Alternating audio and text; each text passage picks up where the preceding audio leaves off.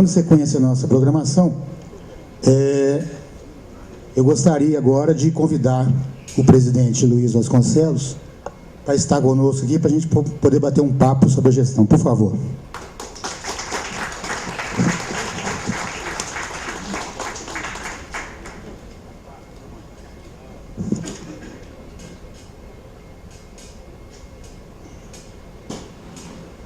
Antes de começar a conversa com o presidente, eu gostaria de convidar a nossa companheira Lívia Gregorim, que é estudante de Engenharia e Controle de Automação lá em Leopoldina. Ela vai ler um documento aqui que nós vamos ver se as pessoas conseguem reconhecer. Gostaríamos, inicialmente, de agradecer a presença de todos que aqui vieram prestigiar, através desta solenidade, o marco inicial da nossa gestão à frente do Sindicato dos Engenheiros no Estado de Minas Gerais, no triênio 1981 a 1984.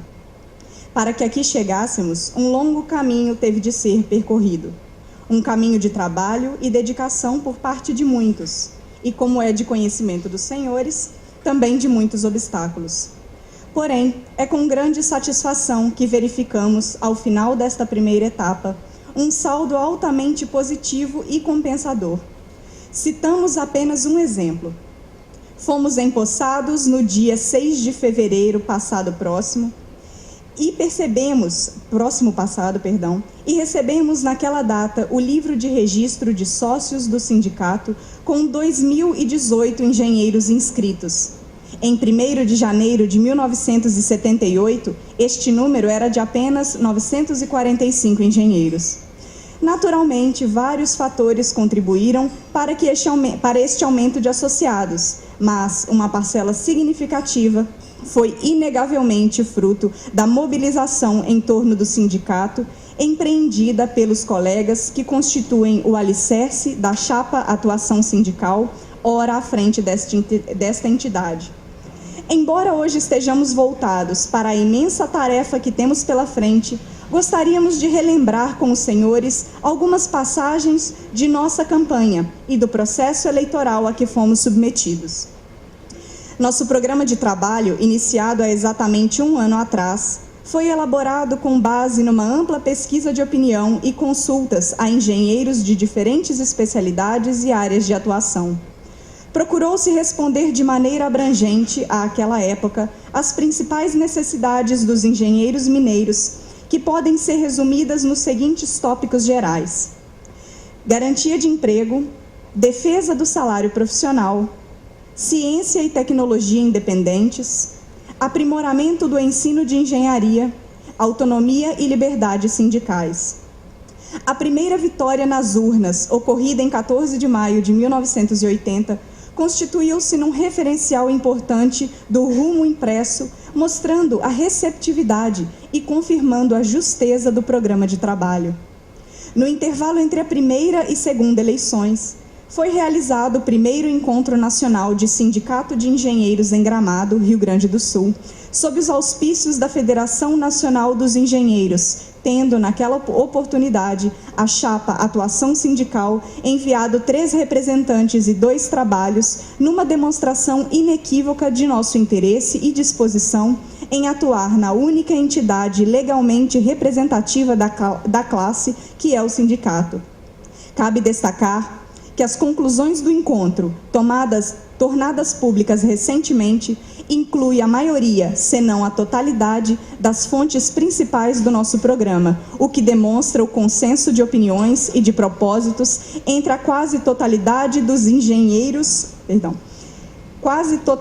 das fontes principais do nosso programa, o que demonstra o consenso de opiniões e de propósitos entre a quase totalidade dos sindicatos de engenheiros em todo o país, incluindo-se aí agora o Sindicato Mineiro. Também neste ínterim, fomos agraciados com o que qualificamos como a mais sincera homenagem que recebemos, porque desinteressada e autêntica, que foi o convite para paraninfarmos os então engenheirandos de 1980 pela Escola de Engenharia da Universidade Federal de Minas Gerais. A segunda vitória consecutiva nas urnas, ocorrida em 8 de janeiro próximo passado, ainda mais significativa, uma vez que nessa eleição o colégio eleitoral havia se expandido de cerca de 130% num período de somente 8 meses, veio reafirmar a manifesta vontade dos engenheiros mineiros em prestigiar seu sindicato e de verem cumpridos os objetivos propostos pela chapa Atuação Sindical.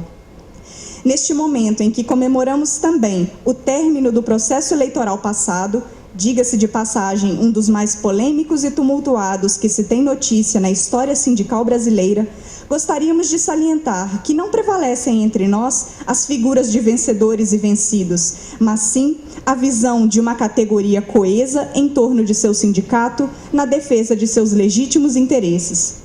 Queremos também destacar o equilíbrio em que se ouve a junta administrativa, aqui representado pelo seu ex-presidente, colega Marcos Antônio Peixoto de Mello, permitindo que as eleições chegassem a bom termo. Encerrando este breve relato do processo eleitoral, não poderíamos deixar de homenagear com justo orgulho e muita satisfação o ilustre colega e companheiro de chapa, professor Aníbal de Andrade Câmara, exemplo maior de integridade ético-profissional. O país enfrenta hoje sérios problemas econômicos com profundos reflexos em toda a sociedade. A redução crescente na oferta de empregos, a deterioração dos salários corroídos por uma inflação inédita em nossa história, são alguns dos graves problemas que atingem diretamente a vida de cada um de nós. Agravando essa situação, as restrições à autonomia e liberdades sindicais dificultam sobremaneira a atuação efetiva dos sindicatos. Ainda ontem, o país pôde acompanhar estupefato o lamentável equívoco que resultou na condenação dos líderes sindicais paulistas atingidos pela Lei de Segurança Nacional no exercício da defesa dos interesses da categoria que representam. Durante este quadro, a Engenharia Nacional tem importante contribuição a dar através de suas entidades, em particular os sindicatos de engenheiros. E para isso, é necessário que os sindicatos sejam fortes e representativos. Em pronunciamentos anteriores, comprometemo-nos em abrir o sindicato à participação livre e consciente dos colegas. Reafirmamos hoje este nosso propósito, pois cremos que somente através do debate amplo e democrático poderão surgir as soluções para os graves problemas que ora enfrentamos. Nunca é demais repetir que, em nosso conceito, a democracia que desejamos é aquela sem adjetivos e sem subterfúgios, onde as opiniões individuais sejam ouvidas e respeitadas e as decisões reflitam verdadeiramente a vontade coletiva. Acreditamos também que a abertura do sindicato deva ser estendida à comunidade em geral, através da colaboração estreita com outras entidades representativas na defesa dos reais interesses da sociedade e do país. Para isso, nos miramos no exemplo de participação deixado pelo colega Antônio Vicente de Oliveira Pereira, Frei Toninho, tragicamente desaparecido em acidente automobilístico no ano passado. Sua figura humana marcou indelevelmente quantos tiveram um sindicato forte e representativo. Esse discurso foi proferido pelo engenheiro Luiz de Vasconcelos, presidente do Sindicato de Engenheiros no estado de Minas Gerais, por ocasião da solenidade comemorativa da nova gestão, período 1981-1984. Vamos lá. Eu gostaria de convidar o ex-presidente Augusto Drummond a participar conosco aqui, uma vez que ele também fez parte dessa chapa de 81, 84.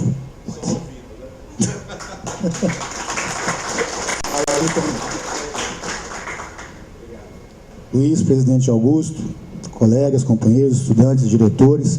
O objetivo nosso aqui agora é justamente um bate-papo. Nós temos um roteiro mais ou menos pré-estabelecido, mas que não necessariamente nós precisemos segui-lo à íntegra. À medida que for necessário, podemos eventualmente fazer alguma referência, alguma foto, alguma coisa desse tipo, para que a gente possa tornar esse momento mais agradável, mais proveitoso possível para todos, ok? Bom, eu vou começar então com uma provocação, vamos dizer assim, que de certa forma já foi um pouco comentada no discurso de posse do presidente Luiz Vasconcelos, que é justamente falar um pouco sobre o processo eleitoral, o que realmente aconteceu nesse processo eleitoral de 1980-81. Presidente Luiz Augusto, por favor. Antes de mais nada, eu peço desculpas, porque eu estou um pouco resfriado e, às vezes, a minha voz não vai ser ouvida na sua integritude. Em segundo lugar, eu quero parabenizar essa gestão, né, do sindicato, e resgatar essa memória, porque se a gente não considera o passado, e hoje, com a minha idade, eu vejo que se a gente não olha para trás, né, a gente não sabe quem que a gente é. Mas para falar um pouco sobre a história do processo eleitoral, é preciso da gente recapitular um pouco antes do momento em que nós decidimos participar do processo eleitoral do Sindicato de Engenheiros. Naquela ocasião, está aqui ao meu lado a pessoa que deu início a esse processo. Havia uma crise muito grande na engenharia brasileira, né? E no mercado de trabalho para os engenheiros. Naquela ocasião, por volta aí de 1977, 78, etc. As pessoas que começaram a induzir esse processo imaginavam que era possível fazer um centro de estudos de engenharia, e nesse centro de estudos de engenharia que o Augusto Drummond presidiu desde o seu início, ele tinha o propósito de analisar essas questões, mas não era analisar apenas a questão da engenharia, apenas a questão dos engenheiros, era analisar o contexto geral. Quais as implicações políticas de algumas atitudes, de alguns procedimentos, de algumas decisões que estavam sendo tomadas em nível nacional e em nível até local mesmo. Muito bem. Nesse processo, claro, culminou com o estudo das entidades de engenharia. E as três principais entidades de engenharia, pela ordem de importância naquela ocasião, era o CREA, a Sociedade Mineira de Engenheiros e, por último, o sindicato, que, embora pudesse ter uma importância muito grande, não tinha atividade. O nosso sindicato ficou fechado, entre aspas, sem eleição, sem diretoria, sem absolutamente nada, seguramente por uns 12 ou 15 anos, desde a chamada Revolução de 64, o sindicato fechou as portas, não houve mais eleição e só recuperou esse tipo de coisa em 1977, se não me engano, não é isso, Augusto? Eleição feita na calada da noite, né? Nós queremos participar dessa eleição, nós engenheiros novos, né? Recém-engenheiros. Pensa bem, eu era o mais antigo da turma toda lá, eu tinha 33 anos ou 34 anos de idade, tinha 12 ou 13 anos de exercício profissional, não tinha mais do que isso. Quanta gente recém-formada estava lá conosco, né? E nós perdemos o bonde dessa eleição porque aquilo foi feito todo de forma camuflada. Mas aí nós ficamos atentos e passamos a estudar esses mecanismos de eleição sindical. E mais ainda, de atuação sindical, porque a gente não tinha a menor experiência nisso, a menor experiência em atividades políticas, partidárias, porque naquela ocasião, a maioria de vocês não se lembra, participar de um partido político era uma atitude heróica, né? Ou você era a favor do governo de plantão, né, da ditadura de plantão, ou era contra. E ser contra significava até risco de vida. muitos de nós sofreram consequências com isso. Muitos mesmo, que não cabe a mim aqui nominar essas coisas, nem relembrar esses episódios amargos. Mas era um movimento de resistência, o nosso era um movimento de resistência pacífica, daquilo que os grandes, né, da história mundial recomendavam. Por exemplo, o Mahatma Gandhi, né, foi um homem que conseguiu botar a Inglaterra para fora da Índia sem disparar um tiro, né? Uma revolução pacífica. É claro que nós não nos consideramos Mahatma Gandhi, mas nós fizemos um trabalho parecido. Nós, que eu digo, não sou eu, não. É toda a nossa equipe, né? E aí, então, nós fomos participar do processo eleitoral.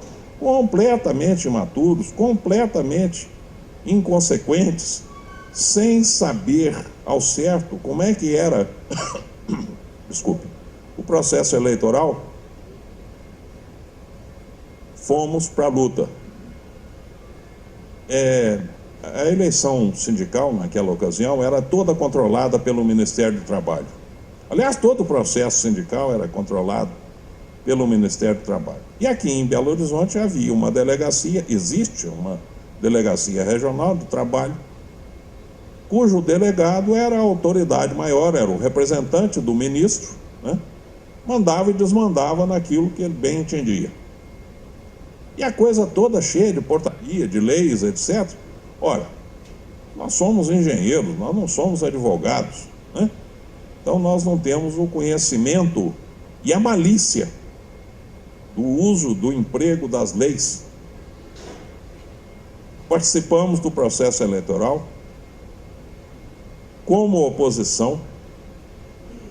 Nesse processo eleitoral, a chapa da situação era composta de figuras notáveis, né? Que era assim, por exemplo, o secretário adjunto de obras do Estado, que naquela ocasião era o presidente do CREA, o ex-presidente do CREA, o prefeito da cidade de Belo Horizonte, todos engenheiros, né? O presidente da Sociedade Mineira de Engenheiros, e vai por aí afora. Nós conseguimos derrotar esse pessoal. Nós éramos ilustres desconhecidos dos engenheiros e da engenharia. A totalidade, se não a totalidade, mas a maior parte de nós eram engenheiros assalariados.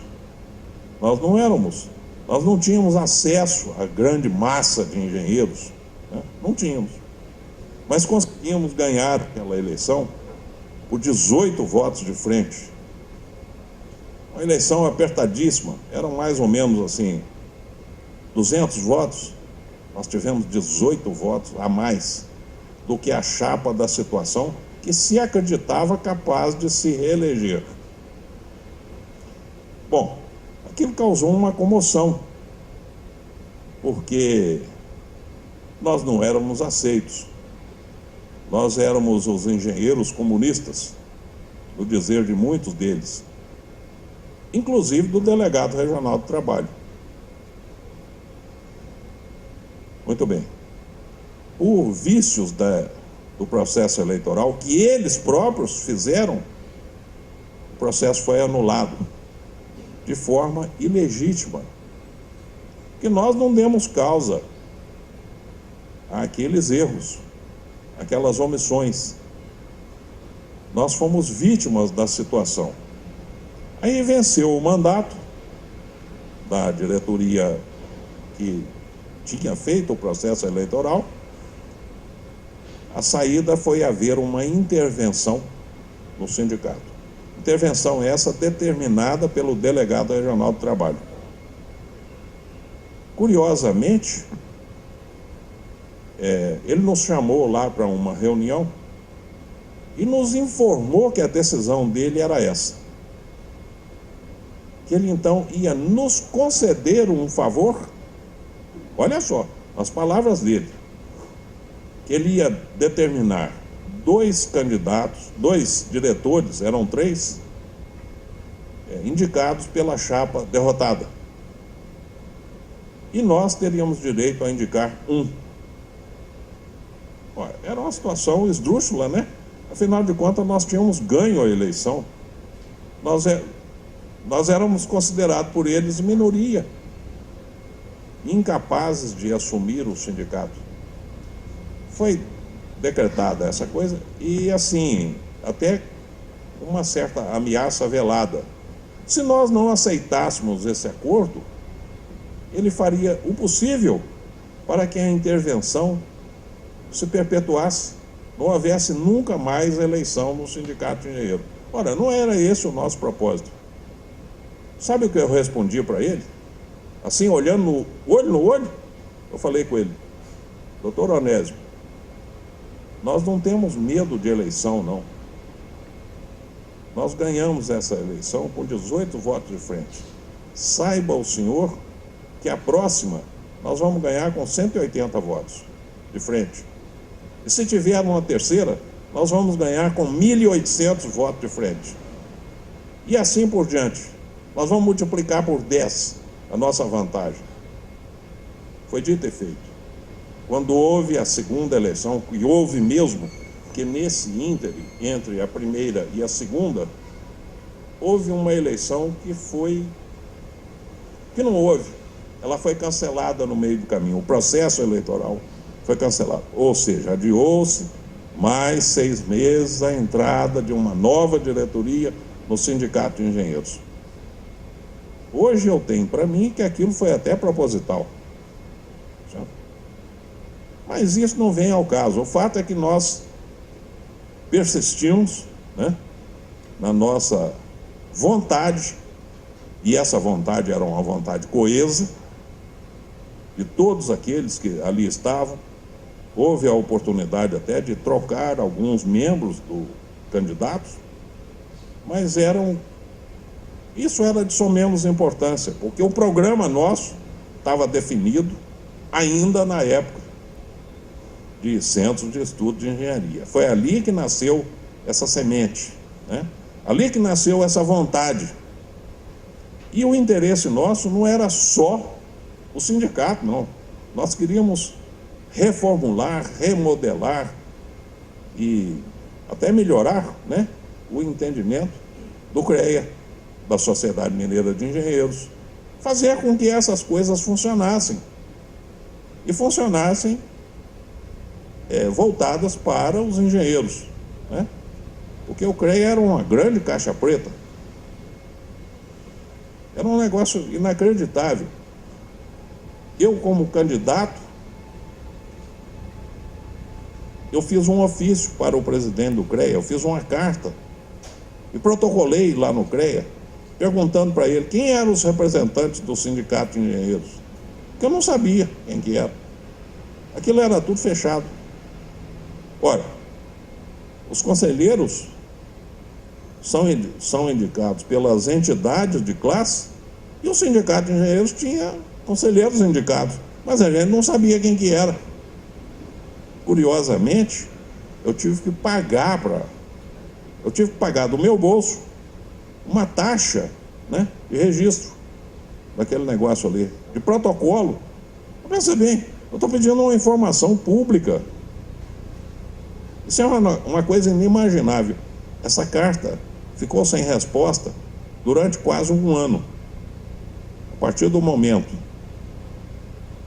que nós fomos empossados no Sindicato de Engenheiros, aí sim, essa carta foi respondida. Foi respondida dizendo a seguinte coisa, que era como se fosse assim, com reservas, né? Eu não podia divulgar aquele negócio, aquela informação. Ora, isso era um absurdo. A primeira coisa que nós fizemos foi colocar no jornal nosso que os representantes do Sindicato de Engenheiros eram fulano e Beltrano. Ué, por que os engenheiros não podiam saber quem eram os representantes do Sindicato de Engenheiros? Mas, no fim, nós continuamos essa briga, né, para aumentar a quantidade de pessoas, conselheiros. Um dos primeiros que bastante combativos foi o Zé Márcio, né? O Zé Márcio não era ainda diretor do sindicato, já era conselheiro do CREA, representante do Sindicato de Engenheiros. Bom, aí houve a segunda eleição, essa não tinha mais jeito, né? Nós já tínhamos feito todo um trabalho político para que aquela eleição fosse validada.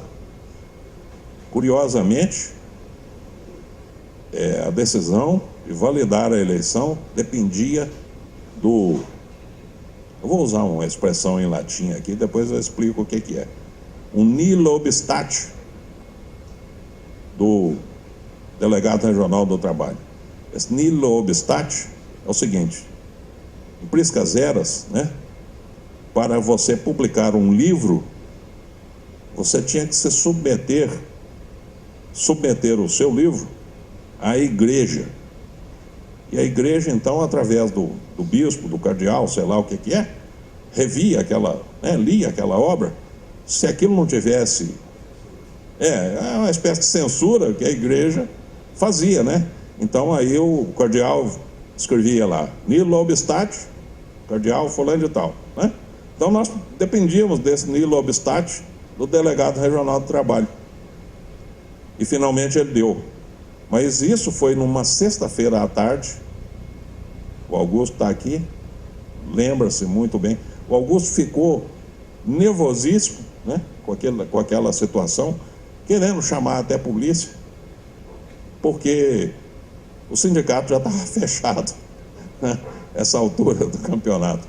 Aí nós fomos atrás do presidente interventor para que ele nos desse posse. Naquela sexta-feira, nós não queríamos passar nenhum segundo a mais. E aí houve uma reunião muito tensa na Secretaria de Agricultura, porque o presidente interventor era o secretário adjunto de Agricultura do Estado de Minas Gerais. Quer dizer, ele era uma autoridade, né? Uma autoridade do governo, né? Do Executivo Mineiro. E aí, finalmente, nós nos dirigimos à sede do sindicato. Foi lavrada uma ata. Essa ata, é até bom vocês recuperarem ela, se é que ela existe, porque é uma ata histórica. O sujeito, o diretor secretário, incumbido de escrever a ata, né, à mão, ele estava tão nervoso que cada palavra que ele escrevia, ele dizia assim, digo, e corrigia aquela coisa. Então, essa ata, ela deve ter seguramente mais de 1000 digos, certo? Mas finalmente nós tomamos posse.